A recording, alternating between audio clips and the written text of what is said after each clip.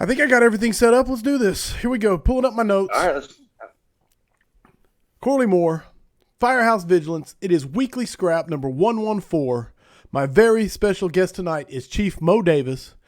He is a veteran of the Houston Fire Department, currently assigned to the Southwest Quadrant at Station 68, the busiest chief or one of the busiest chiefs in the Houston Fire Department. He will speak his mind. He will let you know his opinion. He teaches, keynotes, presents all across the country, talking about command, strategy, tactics.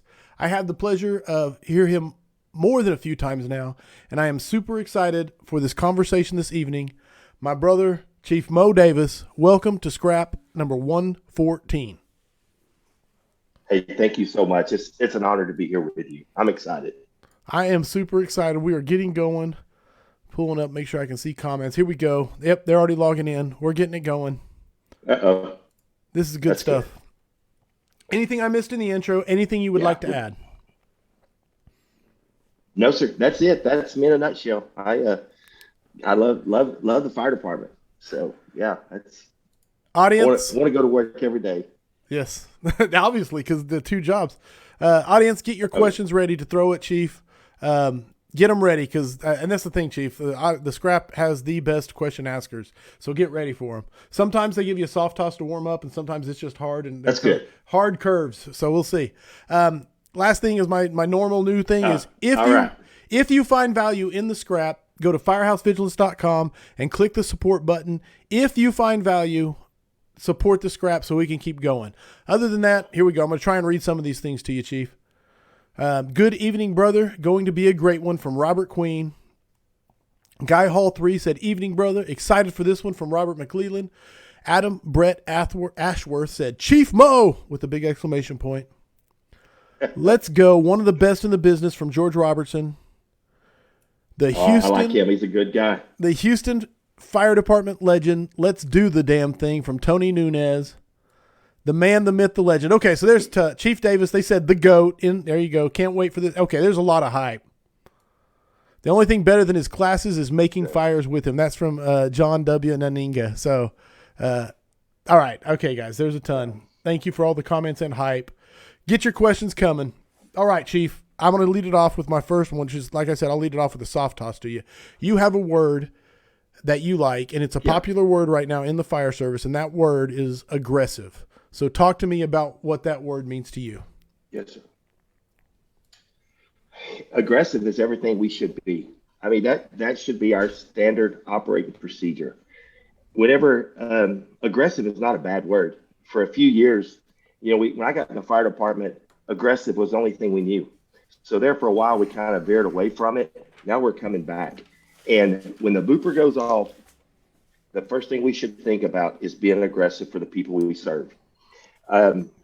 Aggressiveness is in training. Aggressiveness is getting to the station on time. No matter what you do, you have to have an aggressive mindset, because it's not about us. When we go to work, it's always about them. And then if we are anything less than perfect when they call us, we're failing. And the only way to be perfect on every single run is to be aggressive. We have to take those chances, and we can't write people off. I told someone a while back, we were talking, and all these catchphrases that we're coming up with now: totally involved, vacant, abandoned. We got to get away from that. We have got to go out the door when the booper goes off. We pull out of the fire station with a mentality that people's trapped. We make the determination no one's in there once we get there, and that's the aggressiveness. Then when you take the aggressiveness to the training, it's getting out. Get off the couch, get outside, put hose on the ground, put ladders up to windows, aggressively train, and then read. We got to read and talk to each other, and the network that we're doing, and that brings the aggressiveness in. So yeah, we've got to change away from being set back and handle it as it comes to actually look for stuff. A lot of people calls it combat ready. It's always got to be in your mind. And aggressive has got to be our first priority is aggressiveness. Nice. All right, we're getting the first question coming at you. I think someone's has heard you speak before. I've got a few people saying preach. That's right. Be aggressive. Preach it, Chief. It's coming. But Jesus Ojeda says, how is safety officer, oh, get back there, it scrolled on me. How is safety officer is applied to command? How is the safety officer applied to command? So I think sometimes we use the safety officer in the wrong aspect on a fireground. Safety officers are not there to get in the way of an operation. A safety officer is not there to turn the power, electricity off. The safety officer is there to make sure every operation we're putting into effect has a backup feature to it. For example, if we put a line in the front door, we've got to put a backup line in there. So that safety officer, instead of getting caught up on doing some other assignments and duties, he actually helps the incident commander by watching and making sure our built-in practices. And then he can also start helping watch the smoke, the roof, and that all comes back to the command structure. So a safety officer is important, but a safety officer can't get in the way of the actions we're doing. And I say this all the time, is sometimes people misunderstand what I mean by it, but we don't have a safe job. This job will never be safe.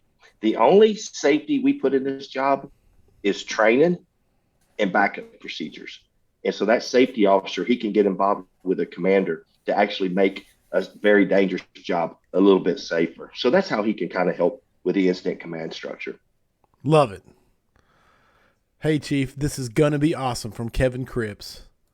They're still singing your praise. This is great. Thanks, Mo. Hey, yeah, they're still sending it. I gotta mention that guy. Go. Hey, Kevin's a buddy of mine from Tennessee, and you talking about a guy that is the future of the fire service. I mean, his kid's a farmer, he's a family man, and he's a fireman to the core. Nice. And me and him talk a lot. So we're kind of on the down here of our slide of our career. He has just put his foot in the door, and I expect big things from that guy. That's going to be the key to success for that department in Middle Tennessee. Nice. That's it. Todd Edwards, here we go. We got a question coming at you from Todd. And he said, please ask him about proactive RIT or passive RIT groups. Hey, that's a good question. And again, a good friend of mine right there, and he's No as doubt, good as yes. they come. So proactive RIT.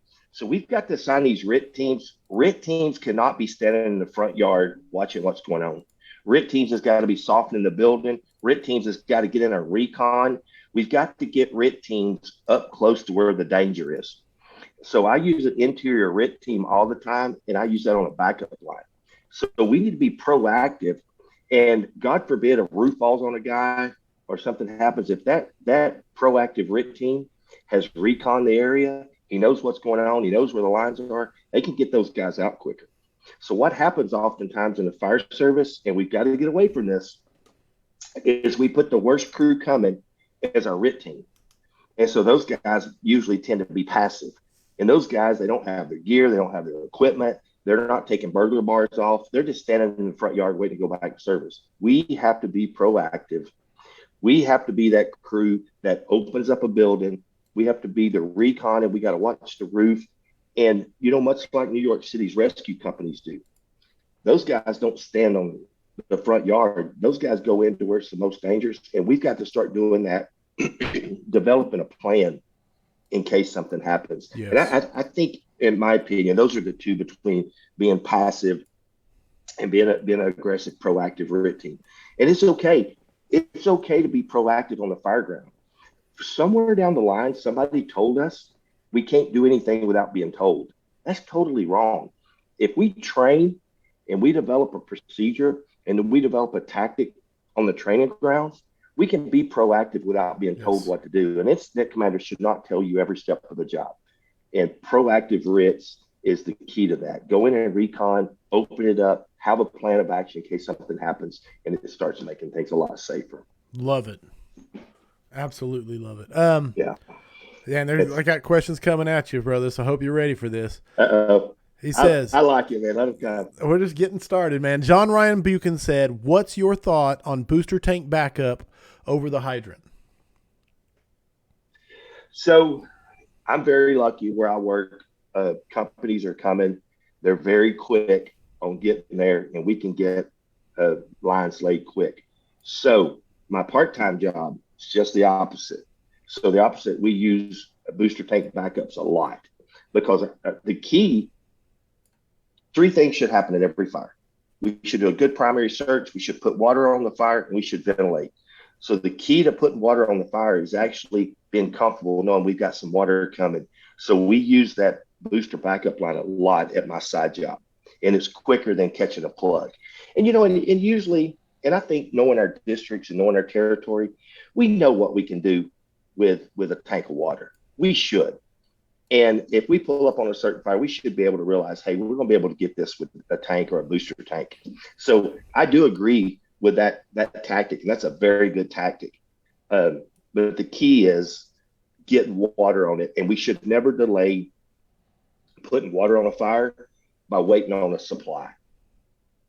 That should be second thing coming. The first thing is, in our standard procedure, should be getting water on the fire. Then we're going to worry about the supply coming, whether that's a booster tank backup, which I believe in, or if we catch a plug and bring water. Yes, that's my thought on it. 100%, man. There you go. Articulated well. Not to mention the three objectives, just articulated, just passing knowledge. Here you go. I'll just throw these out here without even. Yeah, love it. There's already so many hearts and likes that I'm having to use angry faces to find my place. Noah Quattro says, how do you implement the combat ready mindset in a small town department who runs a fair share of fires but has complacent people? It's a tough one. See, I told you they weren't. Leadership. Okay, go. Yeah. Hey, leadership. It all goes back to leadership. If you fix yourself, they will fix themselves. You never lower your standards. You make them come up to your standards. So if I come into work every morning, I'm checking my air pack, I'm checking my tools, I'm getting out on the apparatus floor and I'm getting something. If that person don't get it, you explain to him what you're doing, and you be a leader. You don't have to take a test, and you don't have to have a position. Anybody can be a leader, and strong, solid leadership changes minds of firemen. So let me throw this out there to you and see what you think. People may disagree, but there's three types of firemen, in my opinion. Okay. There's your go-getters. Combat ready. They go to work knowing they're going to make a fire. They want to make a fire. They're those guys that are scared to death. There's the cowards that's wearing the T-shirts, and they're in a fetal position every time the booper goes off. They don't want to make something. And then there are those complacent guys. Those complacent guys that said, well, we didn't do anything yesterday. We're probably not going to do anything today. So if you take those three types of firefighters, the one that scares me more than anything is the complacent ones. The complacent ones, they'll still try to do the job because you're not going to get anything out of your cowards. They're just always going to be cowards. Right. And your aggressive guys, they're always going to be aggressive. But the complacent guys scare me because they will still do the job, but they may not have that combat readiness. They may not have trained as much. They may not have that mindset when the booper goes off that, hey, somebody's in here. So I think the key to changing departments, no matter how big or how small, is just leadership. And leadership at the firefighter level. You don't have to be an officer to be a leader. Man, you just got to be that guy that says, hey, I'm not lowering my standards. You're going to bring your standards up to me. And I think that helps. And so what happens is I think guys start seeing that. And they're like, all right, I'll chip in. The next thing you know, it starts building. And then it builds a culture for your entire department. But I think that's the key to that success. Love it. Love it, man. There you go. Ask a question, get the answer. Switching them up. All right. I don't know the this is always the danger of a live show when I ask questions, because someone said, ask Chief Mo about White Rock. And I don't know if that's a good question or a bad question. You have to qualify it. I don't know. That's a good question. Okay. So it's a running joke on the southeast side of town. 46s one morning, we made a fire flashed over on us is what happened. And I was a captain on the engine back then, and we had paintings on the wall. We got pictures on the wall. The anniversary, we call each other and we say, hey, man, remember White Rock happened at this time in the morning? And so it's probably one of the best fires we ever made. Nice. And we go through the front door. Jason Martinez and Placido Rodriguez are both very good captains now. They were firefighters. I was a captain. I broke off to do a search, and we had pressurized smoke at about ankle deep. We had fire blowing out the back. And I'll actually send you a video or a picture and let you see. And so they're in there putting it out. And I actually go over and I think it was Jason. I said, hey, man, I think you're getting it. And so anything you've ever heard about a flashover, is not true in this one. It didn't get miserably hot. All it went from 0 to 100 in flames from ankle to the roof. Wow. So then engine 35 was coming through the front door. We were talking about the backup line earlier. And engine 35 come, they turned the backup line on instantly. And when it did, it knocked all the fire off of us, and we just kept fighting fire. So wow. Yeah, White Rock is one of those that you'll never forget. It's a career fire. No doubt about it, man. That's the stories. Yeah. Dude, I love it. Guys, there's so many comments, so many questions. I can't even get to them all. That's a great thing happening. But I am going to miss some of these questions as they fly by. So Jim Platt wants to ask, Chief, please describe softening the building. I hear this used a lot in red application. I want to create a training point for this, but I want to send it out correctly. Thank you. Sure. Yeah. So that's actually a good question. And I should have talked about that. When we soften a building, we are opening doors. Now, we're not leaving them open because we want to control the ventilation. Right. So if we got a hose line going through the front door, we don't want to open every door on that house, but we want to at least force entry, quick search it, close it back. If there's burglar bars, we want to remove the burglar bars. If there's debris and stuff, in doors ways or in windows ways, we want to clear those away in case an emergency happens, that we can get someone out. So basically all softening a building is giving interior firefighters a way out. And another good one that we forget about that we've got to get back to that we did when I was young in the fire department is we got a window every building. I mean, every window of a second floor in a building. If a firefighter gets on the second floor and he gets in a bind, he goes to a window, he should know that there's a ladder there for him to get out. Things like that soften the building. It's just allowing us to get out. We're good at getting in, but we're also, should be good at getting out. Love it. No, I hope that answers. No, that's a great, simple, it's great. Nuts and bolts answer. Go. Sorry, I keep walking on you. Yeah. No. And I was going to say, if there's any questions, messenger me. I love talking fire. I mean, I'll stay up all night if you want to talk about fire tactics. But if there's a question that I don't answer it well, or you have a different, feel free to send me a message. I love talking to firemen. Love it. Okay. Yeah. I just saw that I'm framed. Oh, I moved us. Sorry, guys. Hang on. I'm fixing my framing. All right. Fixed it. That's strictly behind the scenes stuff. Sorry. Okay. Where was I at? Chief, I'm bringing my own question to you. This is from Corley, the host. You said it at the lake that if you came down, we could ride a shift with you in the Chief's buggy. Is that a standing offer? Yes, sir. All right. It is. What I'll do is I'll shoot the paperwork up the chain of command, and they're pretty good. I like showing the good side of the fire department. You always hear the negative side of the fire service. We try to show the positive. So what I'll do is I'll send it up through the PR division, and I will get them signed off on it. And you're welcome to come by, and we'll just make you one of the guys. I'm coming. I'm telling you right now. I'm planning. Or girls. One of the guys or girls. I mean, we'll have fun. I promise. 100%. Yeah. I'm coming. I promise you. I'm coming down to ride out 68. Okay. You know why I do that? I didn't mean to cut you off. No. Here's what we got to do. We cannot close our doors and expect the community to know what we do. Oh, I love it. We are good. The fire service as a whole is good. We never brag on ourselves. We never want anybody to know what we do. We close the doors and we train behind closed doors. We say, you can't come ride with us. No, it's just the opposite. We've got to start showing people the good side of us because firemen are good by nature.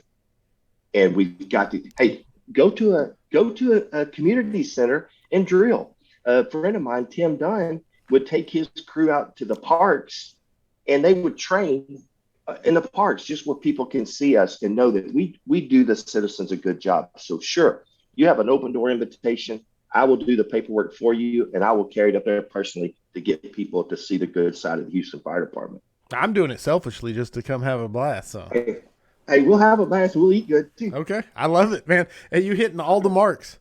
Okay. Guys, so many of them scrolled by, so this is where I'm at. John Sherstead, and I've actually remembered Sherstead, but I appreciate the pronunciation. But when I was a young firefighter, I got pissed because my captain always wanted to be first out the door. Oh, no, it just went away. Sorry, I'm too slow. It only keeps like 100 comments at a time, guys. So once they're gone for me. I'll see them later, but not right now. Okay, moving on. Looking for the next one. Please repost it.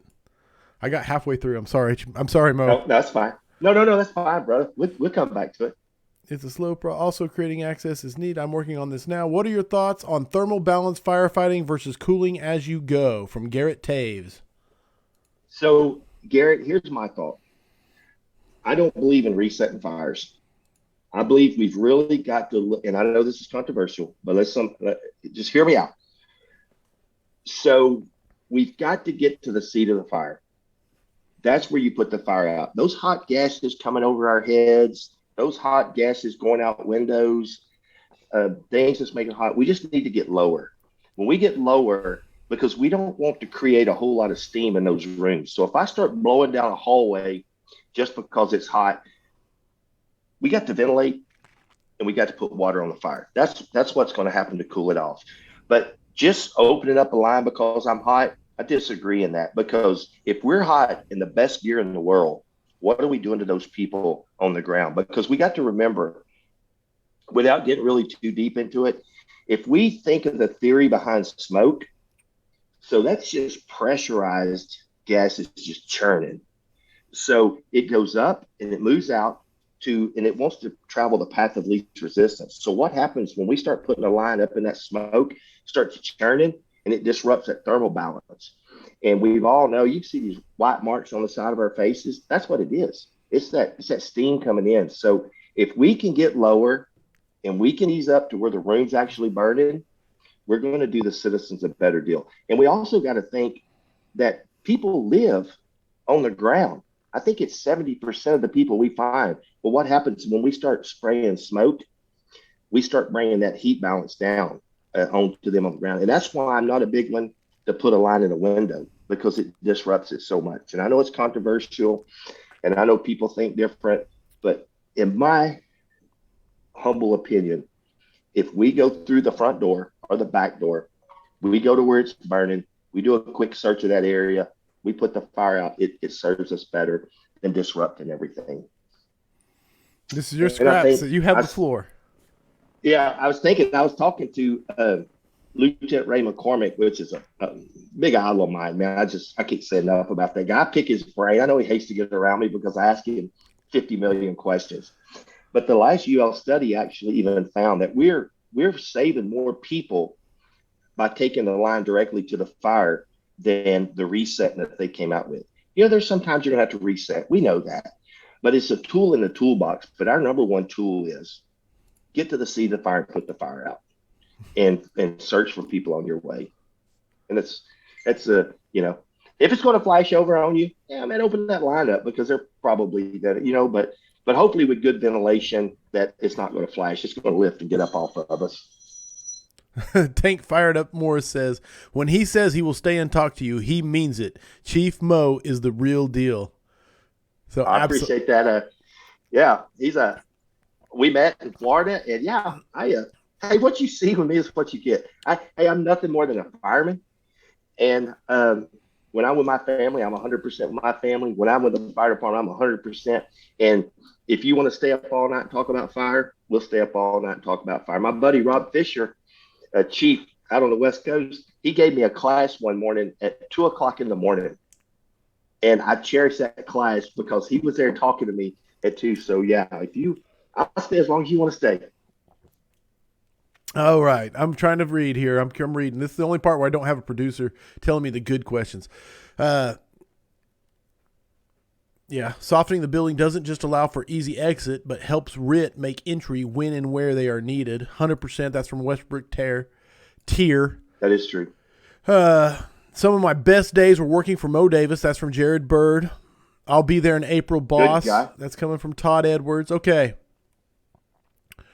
I'm reading. Please quote this Corley. I don't know what you're referencing. I'm not sure which quote. Question.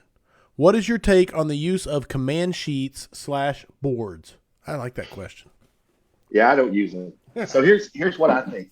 If you're in a multiple alarm, you're in a high rise, you've got 3 or 4 alarms going on. Yeah, because what happens is you back off and you're the incident commander and you're checking off stuff. But if I'm running a typical 1 alarm fire, and if I'll use this sheet of paper for example, if I'm sitting looking like this doing checkoffs, I stop watching what I'm supposed to watch. Yeah, okay. I'm supposed to watch the guys working. So here's what I'm looking for. I'm looking for 3 things. I'm looking for the color of the smoke. I'm looking for line movement, and I'm looking for the roof. I want to make sure the roof doesn't sag. I want to make sure the smoke starts turning color, and I want to see that line moving. So if I'm doing checkoffs, I'm not looking at that. So I can take a piece of paper and I can put engine 1 attack, engine 2 second floor, and I know where everybody's at, and I'm not looking at the command sheets. Now, whenever you get up to the bigger incidents, multiple alarms, hazmat incidents, high rise, yeah, you step back because you got enough eyes to help you watch. But initially, I'm just not a big checkoff guy, and that goes back to your natural leader. Those natural leaders, they have things to call from, and that's what hopefully by the time that a person's a line officer, he's made enough fires, he's studied hard enough, he's talked to people enough that he's got some of this natural ability. Whereas a classical leader, those classical leaders, they have to compare possibilities. They have to have stuff to prompt them. And we've got to get away from that. We've got to get away from not so worried about a checkoff or an assignment, but you give an assignment knowing it's going to benefit the fire. So yeah, I'm not a big command sheet guy. And when you come right, you'll see. All right. It's happening. Yeah. Pulling the notes. Yeah, I can't wait. All right, getting back. Okay. Chief, back to softening the structure. I'm too slow. Okay, I'm just going to scroll. Guys, if you had a good question, repost it. That's the only way I'm going to get to it. Someone said screenshot it. Like I have time to screenshot it and then go read the screenshot. Okay. Todd Edwards said it best. Checkbox command is bullshit. There you go. Just straight up. He just put it out there. Chief Mo is spot on. Ask Chief Mo about the importance of continued training. I met him in a class at the National Fire Academy. He is still a student of the job. So yes, speak on it. Man, I am. I probably to a fault. So I give the fire service a little bit of my time every single day of my life. I read. I go to classes. I go to classes on my own. I do go to the National Fire Academy. I love the National Fire Academy. I go to small class. I go to big classes. Yeah. I don't know if it just crashed or I'm looking. Okay. I'm tracking. I don't know if I just smashed the whole thing or if we're still live. I'm checking. Uh-oh. No. I think I just minimized it. So it's all on user error. Yeah, we're still rolling. Okay. It was all me. No, that's fine. All right. I'm sorry. And I'm a student of the trade because it's always changing, and we can always learn something. And when the guys go train at the station, I go out with them because it's important for me to know what they're doing. And I'll tell you this too. I think the young guys in the fire service, the Ramaguses, those guys know so much more about the fire department than I do. Captain Mario, a captain at my station, he knows the ins and outs of pump operations. I didn't know that. Right. I'll be honest, when I was a captain, all I knew was what worked. We didn't know the numbers. We just, honestly, people lie, but it's true. We mule kicked the first door we could get in, and we started squirting water and looking for people. Nowadays, we have to take classes. We have to learn tactics from people, and everybody's got a better way to do it. And that just makes us better. So yeah, I'm still, and I tell people all the time, I burn down a building in my head every day. You know, I'm a true student of this fire service. Love it, man. I love it. Nobody likes a checklist. If you can't remember your first or second alarms and their assignments, find another position. That's not command. That comes from Silas Springer. Jeff Clark wants to know priorities. Here we go. This is a big question. Priorities and tactics for podium buildings and center hall apartments. So those are tough. So we've got to find out the wind. We're concerned about the wind because what happens is if we open a door and we've got an open window, it's going to come down the hall. So priorities is making sure that we have an exhaust port for the fire coming in, and we got to make sure there's no one in the hallway. So if I make a center hallway apartment and say it's the 4th apartment down on the left, and I pull up on scene and I see fire coming out of a window, my first priority before I start putting water on that fire is I'm checking that hallway to make sure I'm not going to torch someone, because that fire's got to go somewhere. When we open up that door, the heat's going somewhere. So I want to make sure that there's no one in the hallway. My second priority is getting a lot of water on that fire quickly, and we've got to make sure that we can overcome that wind. And another point to remember about that, on those apartments, you should think about the wind always, but on those apartments, wind is a big consideration. You know, we lost Captain Yankee in a fire similar to that. So what happened was we had a weird wind come through. The fire busted through the window. It blew back in. When it blew back in, it blew down the hallway. And actually, I was talking to Lieutenant McCormick about this, and they call it reflective heat. So what happens is that heat travels down the hallway, and when it meets resistance, it starts banking down. And oftentimes, firefighters get confused, and they think that they're going toward the fire because it gets so hot, which in reality, you're actually going the right way that you should. So yes, that's the first tactic, is make sure there's nobody in there and make sure that we got plenty of water to push it off of us, because it's going to come towards you. Right on. I hope that answered it. I mean, dude, it's just, yeah. All right, here we go. Someone reposted. Would love to hear Chief Mo talk about setting and maintaining standards within your department or district. I heard him talking about making a fire with a neighboring chief, and the guys were concerned that they were slacking, even though it was their third fire. How do you build those relationships? I tell you, I have to tell you the story. Go. So it was our guys from our district, and it was a well-known chief in the Houston Fire Department, Chief Phillips, which is one of my big mentors. Okay. And somebody that I care for more than life itself. So we had made 3 fires back to back. Our crew was upstairs and working on the 3rd floor, and they saw Chief Phillips there, and they were so concerned that he was going to think they were loafing, that Senior Captain Schroeder came down to me and said, "Chief, you mind going to tell Chief Phillips this is our 3rd fire? We wasn't letting him down." And so when I went to tell Chief Phillips that, he goes, "Hey, man, those still touch hogs." He goes, "They wasn't slowing down." But the guys thought that they wasn't giving him 110%, and they would worry about how it would reflect on us. So here's what we do to build those standards. The fire department standards are like right here. Pretty much anybody get in the fire service, anybody get through the academy. But when you go to a district, you've got to have standards up here. Right. And those standards are set specifically for your district. You have to have buy-in from yourself, your officers, all the way to the youngest person. You train to those standards. You live.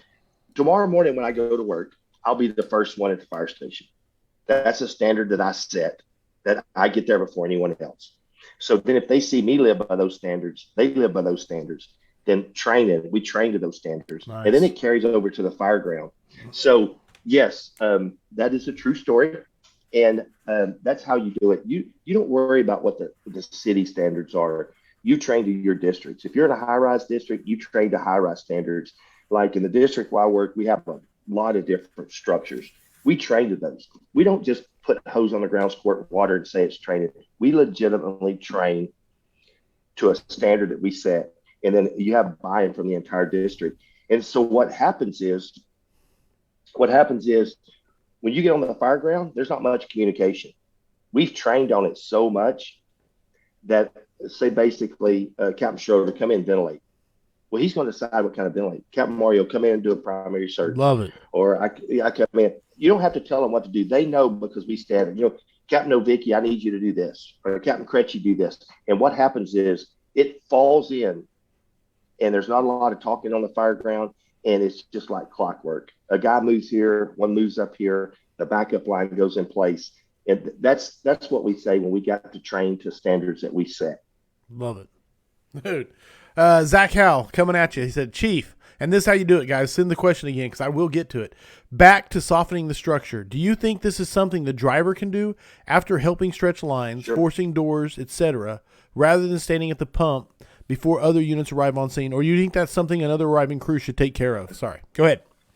100%. Hey, we can't stand around the fireground. There's enough work for everybody. EMS crews, whenever they get on scene, man, put your gear on and go to work. We got radios. If we need you, we can get a hold of you. Second in pumper or chauffeurs, yes, you go to work. we can get a hold of you. We need you. You get it put in pump gear. You get that line in place. You get a good water supply. You have to start watching what's going on. You can force doors. You can pull burglar bars. You can work to help those crews inside. Most definitely. Love it. It's a team. It's a team effort. And I'll tell you something else. Chiefs can do that. Nice.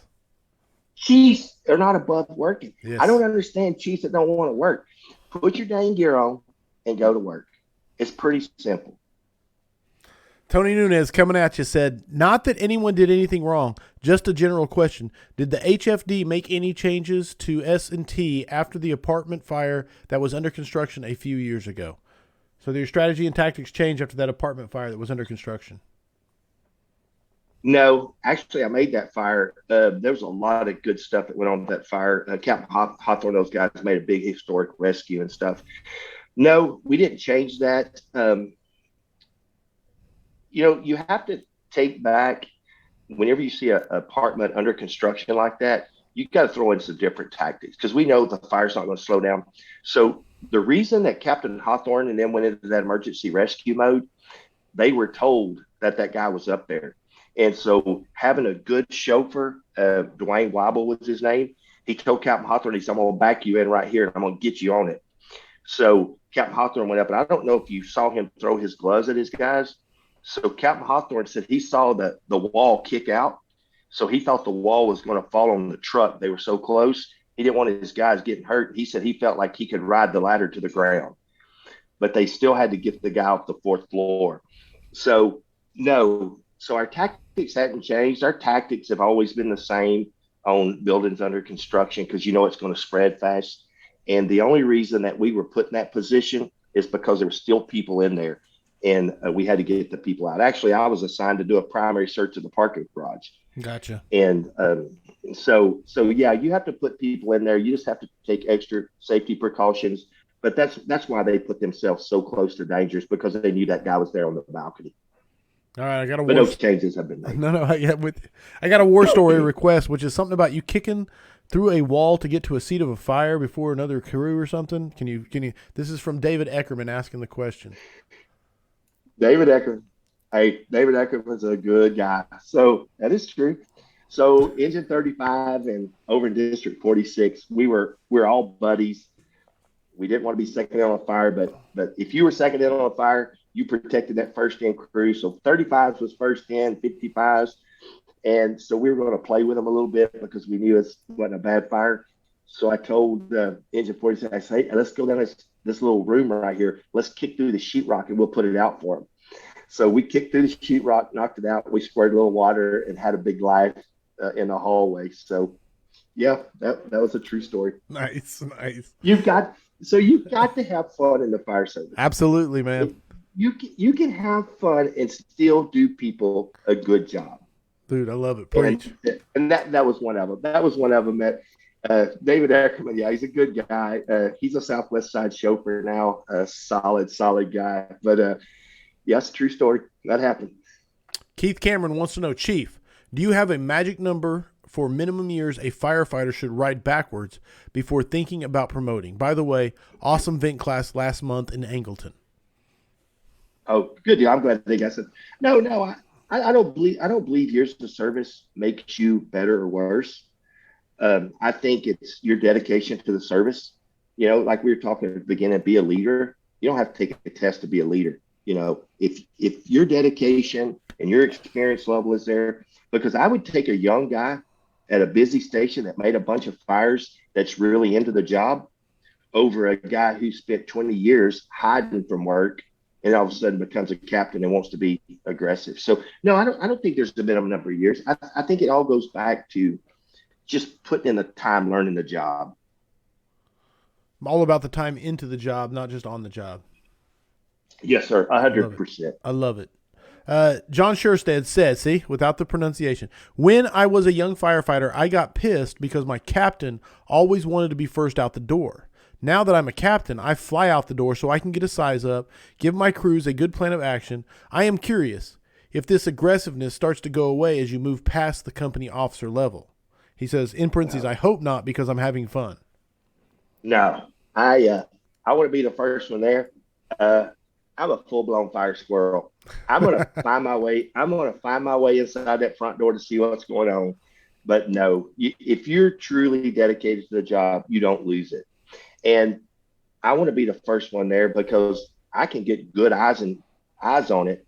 And perfect example, I asked Captain Schroeder to cut a hole about 2 or 3 weeks ago. It is a nifty one, and I was like, man, do we cut it or we don't? So I've been watching it for a while. So I ran up to him and walked across the front yard with him, and I just kind of put my hand on his shoulder, to Captain Schroeder, be careful, this is a bad one.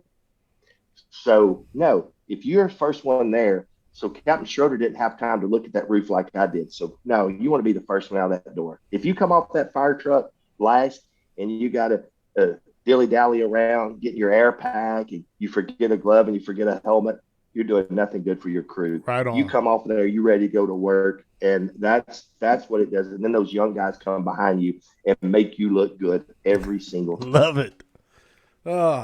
Working chief, a novel idea. White shirts can get dirty too, says Adam Ashworth. 100%, man. Brian Irwin, you may have to reword that because he asked the question, have you seen leaders build by studies or do most of them just have it? I'm not sure what the question is. So restate that one. We'll come back at it. There we go. Yep. Okay. So we're caught up on audience questions. Get new ones going. I'm throwing the next one at you. Okay. I want to talk about training, and I want to ask you, what do you think the fire service gets right, and what do we get completely wrong? We get training wrong. We get hiring wrong.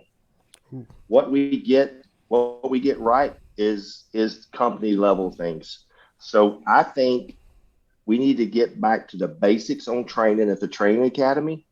And when I say basics, they need to be proficient air pack pulling hose, cutting holes, using ladders. And whenever they come to the fire station is where we really get it. So I think we really fail young people in our hiring process. I think we should actually, this is going to sound bad, but I don't want it to sound bad. And I never want to turn anybody away. We have to let a young person know this is a very dangerous job. You are probably going to bury a friend. You are probably going to make fatality fires. We have to let them know that before they get to the station. Guys can't make their first fire and then be scared. We have to train them and build a solid foundation. And then that way, when we put our safety features in, they understand what we're doing. So what I think we get wrong is a lot of the hiring process. I think we could do better. I think we could do a lot better at beginning of the training. I think we need to get away from computer-based training. Nice. You don't learn anything like that. You learn by putting your hands on bad situations. What I think we get good at is when we find a burned out building, we go there and train on it.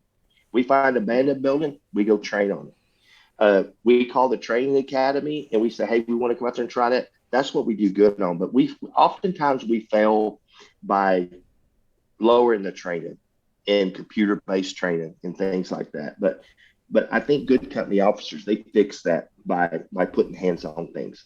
I love it, man. Yeah, Tony, 100% agree with you. I really like the way that worked out. Okay. Chief Scott Thompson throwing one at you. Chief to Chief, here we go. Chief, what do you have to say about companies who say that they are too busy to train? I don't believe it. I've never been at a slow station.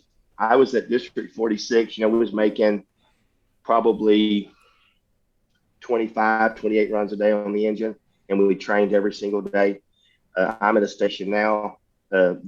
Every station in my district now is making, the engines are making 15 to 20 runs a day, and every single station has time to train. Nice. You make training a priority. So here's something I believe. You never harass a rookie.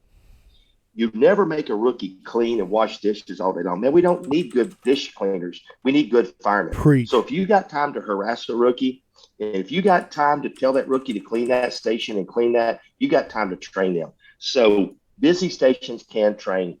And I tell you what, and I've got a picture. If no one believes me, I'll send it. Last night, we have a new rookie, and he's on his first ladder phase. It's dark, and they got lights set out. VES and on an event prop nice. that our officers built. you can train at busy stations. And when officers say that, I just write those guys off because those guys don't want to train. They just want to say they're too busy. They're the same guys that say they're too busy to do their records. Nice. You got time to do it. Yeah. Perfect. There you go. There's your answer. Not everybody likes it, but I'm pretty sure everybody agrees. Everybody in this audience agrees, I think. If anybody disagrees, let me know. So I'll stick either Scott Thompson or Mo Davis on you. Brian Irwin says, have you seen... and he's a good guy, speaking of which. Oh, no doubt about it. One of the best, man. Thompson's a good guy. Yeah, I like that guy. Yeah, he is. Have you seen leaders? This is Brian Irwin. He reworded the question. Have you seen leaders built by studying, or are they just born leaders? The books, the reading, and all the classes, can that make someone a good leader, or does a leader just have it in them? What's your opinion? Born or made? Either way, I think I don't think you can be a book leader. I think you've got to put what you read books to use. But I don't think you're actually. I do think there's a lot of natural born leaders, but I do think that you can actually put your life's experiences with the book experiences to be that. I don't think that you can hide out at a slow station your whole career and read a whole bunch of books and become a great leader. But I think that let's just say you're in an apartment that doesn't make a lot of fires. If you study and you get those books down and you train and you put those books training to use when you make a fire, you'll become a good leader. But I don't think that you can just read books and become a good leader. It takes action to go with and it. I think exactly. And you have to have a desire. Being a leader is a desire. And I said it earlier, I want to say it again. Taking a test is not a leader. A desire is a leader. Desire is that senior pipeman that gets on his hands and knees and teaches a young guy how to fold hose. A leader is that senior guy who walks that guy out back and says, hey, man, you're screwing up. Straight it up because you're making us all look bad. That's your leaders. Nice. And that's living. Yeah. Marking it up. Tell them about the time me and you, Hooper, used emergency PTO to watch the Burn documentary. Howard Reinwald said. He said Hookie. I don't know if that's an inside joke, so you have to fill me in. But speaking of, tell them about the time me and you and Hooper used emergency PTO to watch the Burn documentary. Allegedly. Yeah, we went to, I think I'm getting the story straight, but me, him, and Hooper took off work. We went to a neighboring town because we wanted to meet the guys from Detroit to see the video. Nice. And you remember the Burn documentary about Detroit?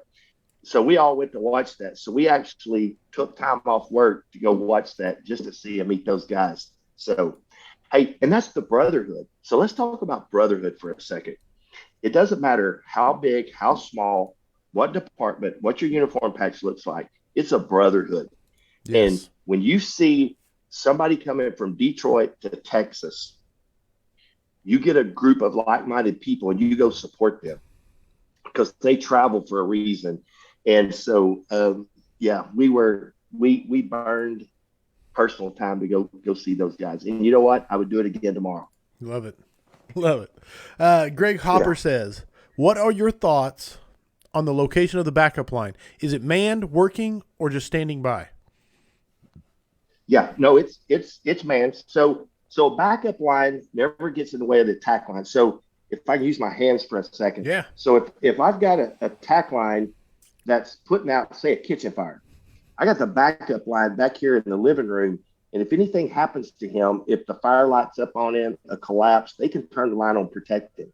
So then what happens is if we send a truck crew in to search, so we got an attack line and we got a search crew, well, this backup line just backs off and he protects both. Nice. So it's manned. And the only time it flows is in case of an emergency. But he's protected. So if you look at the line of duty deaths and you study line of duty deaths, a lot of them, people run out of air, people are missing, people get lost. Well, we prevent all that. So if you got an attack crew, they're concentrating on what they're doing, or you got a truck crew or somebody over here searching, they're worried about that. Well, you've got a crew that can basically do nothing more than protect those two people. If somebody gets lost, we know where they're at, we go get them. So yeah, it is manned, it is active, but it's not flowing water. If it starts flowing water, then we get another backup line to protect those two lines. I hope that love it. No, I love it, man. I think it's perfect. There's so much tactical knowledge already. Uh, I hope. I hope. oh boy, get ready for a fun answer. There we go. There we go. I'm just looking. I'm going through. I don't want to miss any good questions, but I'm kind of catching up. Yeah, Ben Hutchings said it good. Backup line is an Overwatch, so to speak. 100%. I think that is a good Yes. encapsulation. Yeah. Yeah. Uh, Overwatch, interior red. Yeah, exactly. He said it well. Love it. Okay, pulling back up my notes. Caught up on audience questions, I think, but I probably missed a dozen of them. Um, Challenges of realism and relevance. Obviously, live fire can be extremely difficult to get, realistic training. What's your advice for overcoming this in any way, shape, or form? Yes. We've got to make all training real. Uh, there's nothing to say that we can't go out and put hose on the ground, like I said earlier, burned out buildings. But every once in a while, you've got to make the arrangements to go to the burn building, and you've got to put some heat on yourself. You have to take some heat, because if you've never experienced heat, you get a little heat on you, you stop thinking. So if we get in that combat ready mode, and we stretch a line, we put that backup line in place every single day. We search, we VES, we vent, we get all these tactics down to where it's second nature to us. We go to the training academy, we go to the burn field, and we put some actual real heat on us, and then we start building that. So Jim McCormick is a guy who I like and respect a lot, and he really gets this concept. He basically lives by the crawl, walk, and run method. Right on. And everything he does is to the basic level. And so what happens is, if you ever go to his facility, it's real. And so you learn to baby step stuff. And by the end of the week, they're putting so much heat on you, and they do it intentionally to take and put fear into you while you're Right. doing it. Right. But we can do the same thing at the training academy. So yes, we actually have to have the crawl, run, walk method, but we have to put some live heat on people, and we got to put some dark, scary smoke on them. You've got to lose your way, and you've got to be lost, and I'm saying somebody's in there watching you, Sure. but you've got to have it real. You need to get off that hose line and be scared for a second, because that way, if it happens in a real fire, you're not panicking. You're like, Right. hey, I've been here before. Take my time. Let's do what we taught. Get on the ground, find a hose, find the smooth coupling, I find my way out, and things like that. So we actually, do it. So that's hard to do now, because you got all these rules, and it's hard to get out of service to go train. But you know what? Anything worth having is worth working for. So if it's hard, just work a little harder and get it done. Love it. Chief to chief, I got another chief throwing a question at you. This is from your brother. Oh. Your brother down there, Howard Reinwald. If I can get back, what Good guy. what are your top 3 initial decisions made at an apartment fire on the southwest side? Of course, everything's always going to be victims first. So the first thing I do is, are we going to be in emergency rescue mode? So it's a poor part of town. So we can't go by the old rule between 10 o'clock at night, 7 o'clock in the morning. We're always assuming somebody's in there. We're always going to do a good primary search. And the very next thing I start worrying about is where it's traveling. So if I pull up, and the old term save the big side, if I pull up and I got fire blowing out of 3 apartments, and I look to the left and I got black smoke pouring out, I worry about getting way ahead of it. And so then the next thing I do is I worry about getting a big water supply. On these apartments, we have to have good water supplies. And so we're going to need big water. We're going to need a good search, and we got to plan where it's going. So that's my 3 top. And then after that, I start ventilating and other assignments. But those are the 3 that I'm going to go for, every time. Perfect, man. I love the question. Dude, that's such right there. If you get nothing else but that little rundown, and you can use that on almost any yes. Oh yeah, that's it. Dude, I love it. Yes, good comments. Gerald Allen said we need to train in all conditions and climates, night and day also, ladders, venting, hose, VES, etc. Someone asked the difference, and Yes. I'll let you. I think it's been answered by the group, but I'm pulling it up here. You want to know the difference between a backup line and a secondary line, or if it was just semantics. That's from Gus Salcido. So a secondary line. Okay, so a secondary line is actually probably flowing water. And a backup line is just basically an interior RIT or overwatch, like we said before. His main assignment is to protect everybody on the inside. Nice. So a second attack line is basically just two lines flowing. Nice. And a lot of people answered it, but I want to get there. Yeah, Joey Hayes piped in. So Matt, I think. Anyway, okay, I won't belabor it. Chief Mo taught me in the Fire Academy. He said, "What are your thoughts on BTUs and UL studies versus what you know an 1 3/4 can appropriately extinguish? What's your thought on the studies versus the science versus your street cred?" Yeah. So I think it's important to study books, but I think it's more important to know what you can do and what you can accomplish. So, yeah, I get it. If we pull up and we got a heavy fire load, if I pull up in a warehouse, if I pull up in a big commercial building and it's really going, I'm going to put big water on it. But I don't go through the front door and think to myself, oh, this couch is giving off 9,000 BTUs. I know that my 1 3/4, and I was a smoothbore guy, I knew what we could do with a smoothbore. And I would pull up, and there was a Captain Terry Atchison, which is a good friend of mine, was a great fireman. He's retired now. We made big 2 stories toward 25's territory. And there'd been probably 50 times he would tell me the amount of fire was coming out. He goes, Mo, you go left, I go right, and I'll meet you in the back. So that was just him knowing that we were going to have 2 lines flowing. So I never really considered, that this couch is giving this much, this is giving this much. I just knew that at heavy fire load, I was going to need big water. And I think I relied more on what I saw than what I studied with that. No, you're busy enough to get it on. So without a doubt. Yeah, we have made some fires. Went out the door a few times, right? We did. Yeah, we did. I love it. There we go. Okay, pulling up one of my questions, throw at you. The lessons you have learned from instructing, teaching, and speaking, anything you would pass on to someone else who wants to instruct, teach, or speak? Yes. Love the job. On the teaching circuit, you find whether it's Kurt Isaacson, Captain Dugan, Lieutenant Yost, no matter anybody you run into on the teaching circuit is passion. And they're so passionate about it. You watch a Mike Champo video, and if you don't get fired up, that's it. So here's what happens. Todd Edwards is another good one. You've got to have passion. And if you don't have passion when you're standing up in front of those people, I think they get it. And I've been in those classes where people didn't have the passion. They just had the money. And what people don't realize, a lot of these classes that we attend, we're not getting paid for them. Right. A lot of them classes, they're just getting you there. Yeah. So you can tell the person that come there and they just click a PowerPoint or they read a PowerPoint to you. You got to be passionate.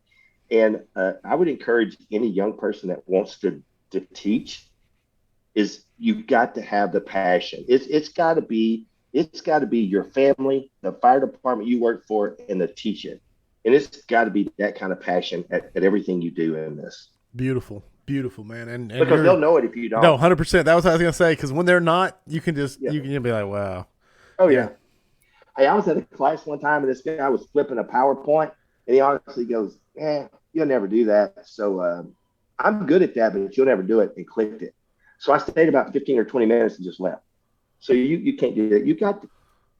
This is going to sound corny, but you've got to give them their money's worth. You've got to be there.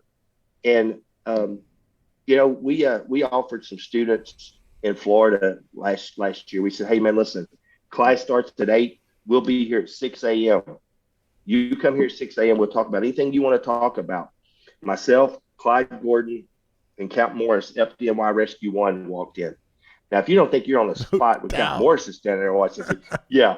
I was like, so we actually sat there. We had a class between ourselves and people started coming in. But you've got to give back. This fire service is so good to us. Oh, there's no doubt. I'm a Houston fireman. You never hear the good stuff about Houston Fire Department. You always hear the bad. Well, I'm here to tell you there's more good in Houston Fire Department than there ever will be bad. And I want to share that. And I hope, I don't know that I am, but I hope I'm passionate. I hope I'm enthusiastic. And I hope that I let people know that this is a great profession because it's been so good to me. Nice. There you go, man. Yeah. Let me see. I think I saw one in there that I put a frowny face on. Gus Salcido had another great question for you. He said, what are the most common mistakes you see new incident commanders make, and how do you address or fix them? They don't read it right.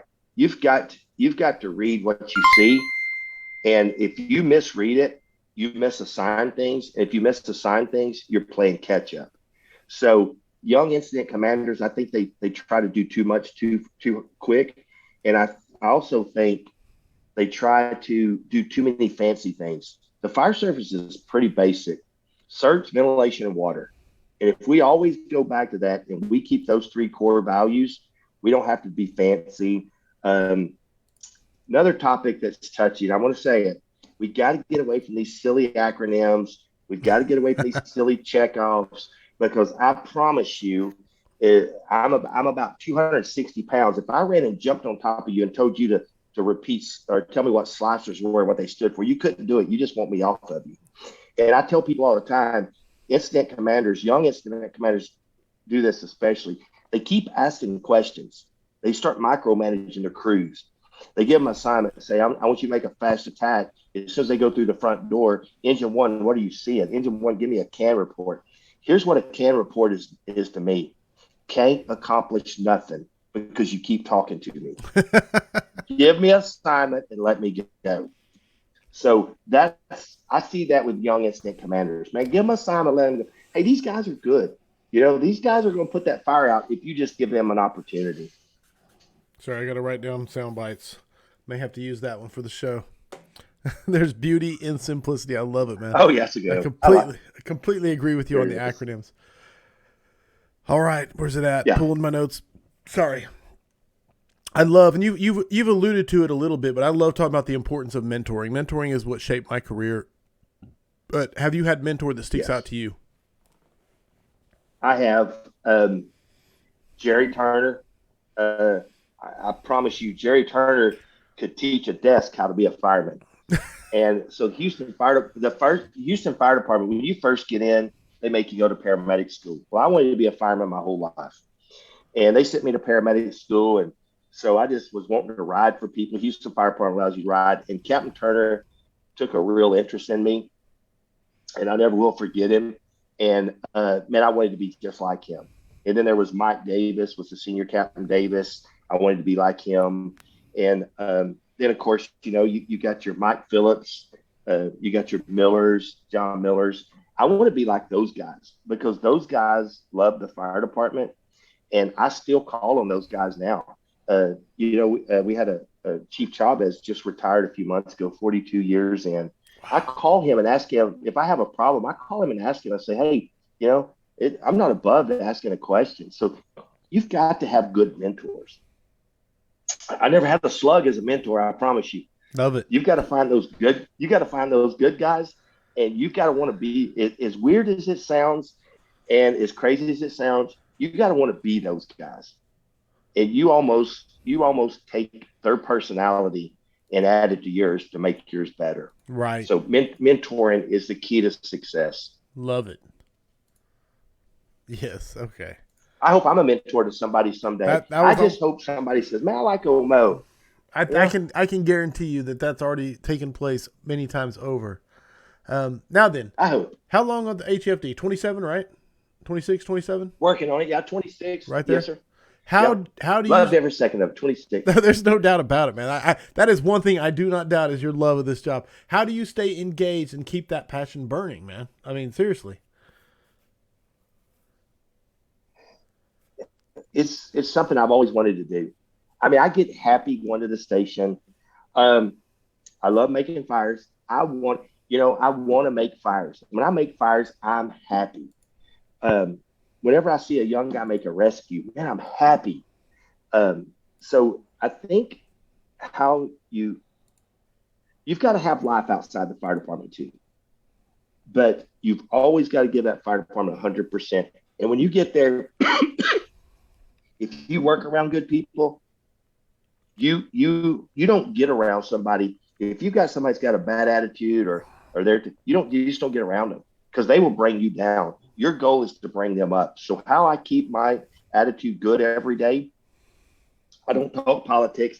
I could care less about the politics. I'll talk about that off duty. When I'm at the fire station, I'm talking about fireman stuff. I'm talking about training. I'm talking about making fires. I'm laughing with the guys. I'm happy with the guys. And that's the way you keep your passion. You never go down. If you're down, you're deciding to make yourself down. If you're in a bad mood, you're making yourself in a bad mood. Love it. And everybody knows the slugs. Everybody knows the loads. You just stay away from them. You just surround yourself with the good people, and you'll always have that winning attitude, because we have to have a winning attitude to be winners in the fire station. Boom. We have to have a winning attitude to be winners in the fire station. Hold on, I got a timestamp. That's it. Dude, attitude. Hold on, let me make my small note. All right, I'm checking for any questions coming from the audience before I throw, because I want to know what book, and someone actually asked this question. I'm making sure I haven't missed any questions. Okay, there we go. Someone said, Mo makes fires. Howard says, Mo makes fires, watches John Wayne movies, and eats ramen noodles. He loves every shift. So, is there a favorite John Wayne movie? Oh no, I like them all. Every one of them? Like them all. Hey, when I get to heaven, I'm going to meet a few people. He's going to be one. Chief Ray Downey's going to be one. Nice. Andy Fredericks is going to be one. I mean, there are these certain people. Joey D. I want to go meet these guys, and I want them to tell me what made them great. I study these guys, but when I get to heaven, I want to know from them. You there? Yeah. Okay, just froze for a second. You just went like. Are we good? Can you hear me? It banked down and went to get to the guest list. I'm not sure what that is. Are you still with me though? Yeah, can you hear me? I can hear you fine. Everything looks good on my end. Let's see here. As long as you can hear me, everything's fine. Yeah, I can hear you. I just can't see you. Well, I'm not important, and it's probably a gift, so we'll keep finishing it up. Oh, there it is. Okay. Yeah, there you're back. You're back now. Okay, fair enough. Okay. But yeah, I want to and the ramen noodles is we knew we were going to make runs, and we're poor as we can be. We didn't make any money, so we'd eat ramen noodles all night, watch John Wayne movies, and make fires, and that's what we did every night when we went to work. Love it. So we eat popcorn now. Yeah, a little more money. Yeah, I do love some top ramen though, so I'm not gonna lie. I don't know if it's my upbringing or what, but okay. Yeah. Book or books? Placido Rodriguez could cook it better than anybody.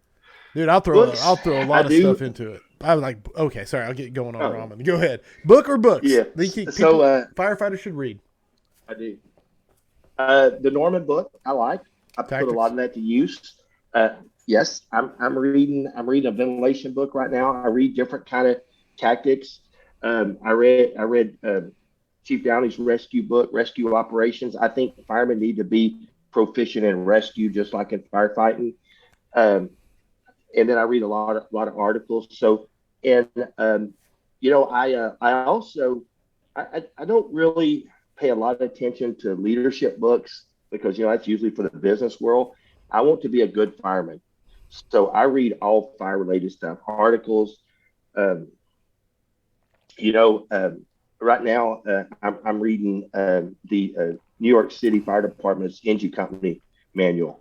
So I get stuff like that. I read the New York City forcible entry. So I go back and I read a lot, and I read something every day. So I read about the fire service a lot.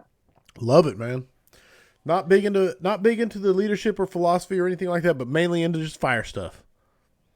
Yes, because that's my profession. I'll never I never wear a suit and tie to work. I'll be a fireman, so I want to be a good fireman.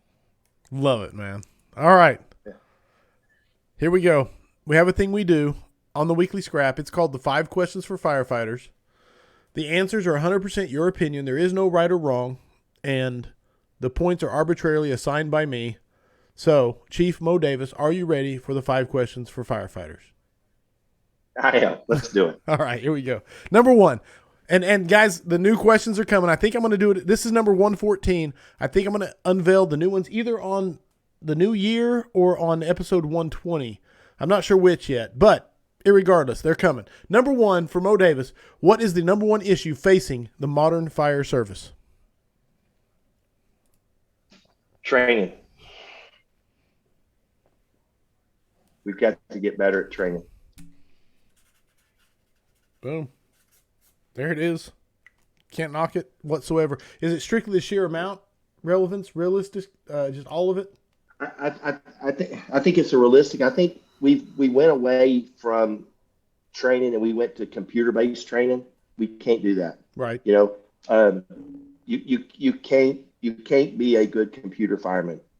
You know, you've got to be a hose on the ground, ladder to the roof, running saws, crawling on the ground, put a fastboard on the ground. I'm not sure guys are familiar with the fastboard.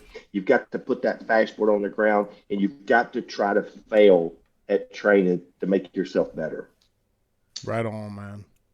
Number 2, we've got, what is the thing you are most excited about for the future of firefighting? Young guys. Nice. Young men and women they're so much smarter than we were. They'll be so much better than we were if we'll just give them the opportunity. We have got to open their eyes. We can take their intelligence with technology, reading, educational level, and we can put them to what we know on the fireground, and those guys are going to be so much better than we ever were.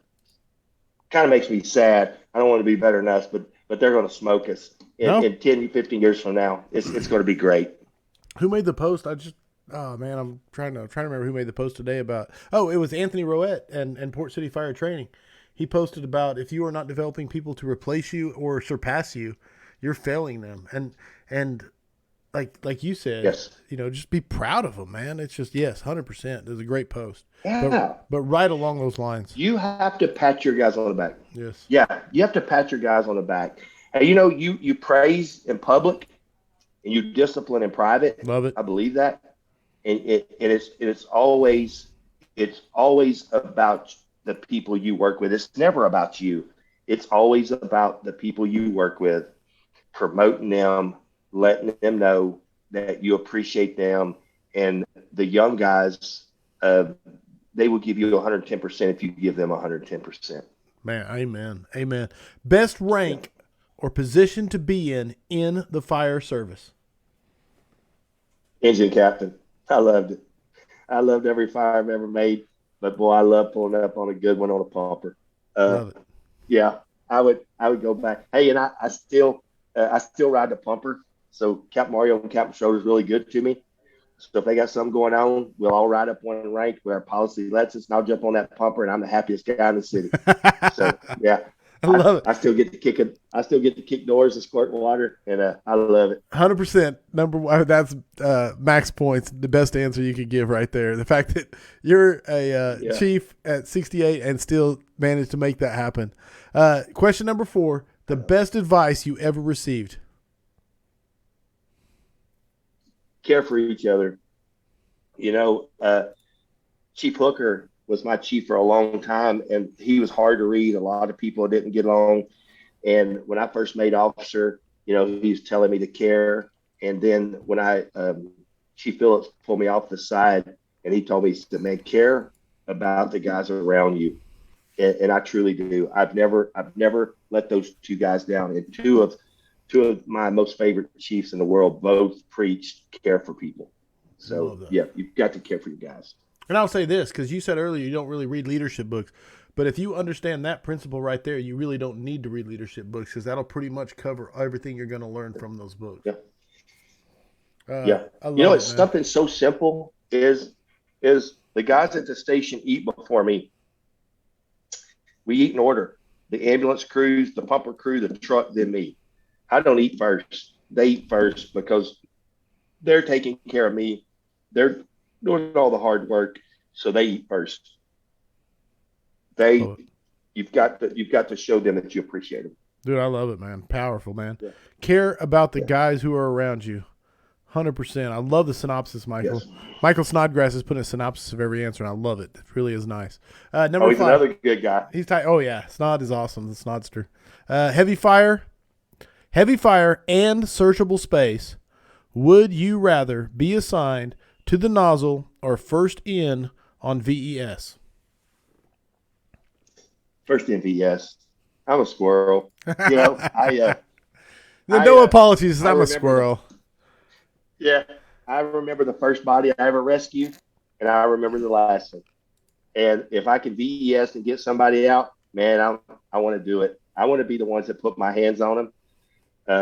Now I like putting fire out, but if there's a possible rescue, man, I want to do the dragon.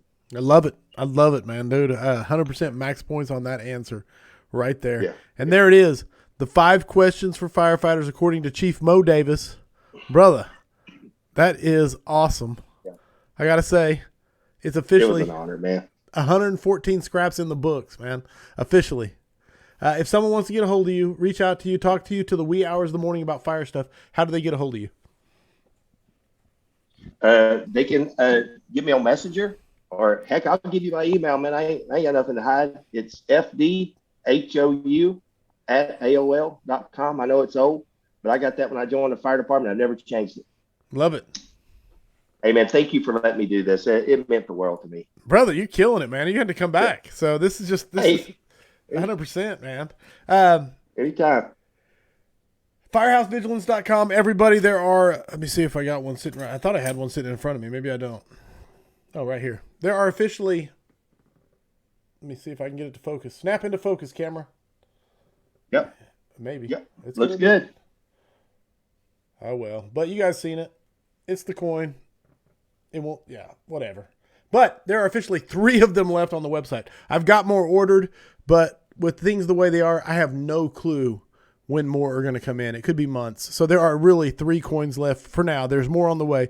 On the hats, that the same thing. I don't know how they're manufacturing anything anywhere. This is the last green Loden Mutts Don't Scrap hat available in the world, basically, because the production time on them, the person that makes my hat says they're projected to be delivered next May. So the world is crazy right now with everything that's going on as far as products. Coming up on the scrap next week is Justin Fraze, another Texas boy coming on the scrap, followed by Raymond Big Black Dorival out of Miami. Then we got Chris Kessinger, Citizens First, and then on December 20th, the Mega Scrap. That's all I'm saying about it. It is the Mega Scrap. It's going to be unbelievable. And then closing out the year for the Christmas special, Dennis Laguerre. And so that's the rest of the scraps for the rest of the year. So it's going to be a good time. I'm excited. Holiday season is loaded up. Kicked it off with turkey, the turkey version with Mo Davis right here, leading into Thanksgiving. If you see me out and about at a conference, whatever, please ask me to get a picture. I try to get pictures and I'm terrible at doing it. So ask me and I'll do it. I want to mention this, a few housekeeping things. Kurt Isaacson, his Facebook was hacked and he lost his page and he's rebuilding completely from the ground up. So if you hear this, go follow CFT Fire Operations. That's the new page. It's already up to 2,000 followers. So go follow CFT Fire Operations. And speaking of CFT, H-Rock is coming up in a few weeks, December 7th through the 9th. The High Rise Operation Conference, the only conference dedicated to high rise operations specifically. And the lineup's incredible. The instructors are incredible. If you do mid-rise or high-rise operations whatsoever, or if you love the fire service, you need to get there. But the coolest part is Silas Springer and his buddies are giving away 2 passes to H-Rock. You can't get these right now. You cannot buy one. So if you can get there and you can find a place to stay, you got a chance to win these 2 passes. So we're giving away. Go to Firehouse Vigilance on Facebook and then follow the instructions there on the post. There's a big poster of H-Rock. Follow the instructions. And we're going Friday, I'm going to go live Friday at 5 p.m. and give away those passes to 2 lucky winners. And Yeah, or maybe I'll figure it out. Maybe one lucky winner gets two, or two lucky winners get one. I don't know yet. We'll figure it out. But all that being said, I'm trying to figure out everything here. If you think the scrap brings value to your life, your firefighting life, go support it. Firehousevigilance.com. Go there. Support the show. Jeremiah King, Ryan Beckwith, you guys were the first two. I cannot say thank you enough. And then Andrew McGinn today. Thank you so much. I want to shout out to you guys specifically. Remember, mutts don't scrap. Everybody, thanks to Chief Mo Davis for giving us this evening and so much knowledge. Thank you, sir. Hey, thank you, brother. I had a blast. And for everybody else, I hope the tone stays silent unless it's burning. Stay safe out there.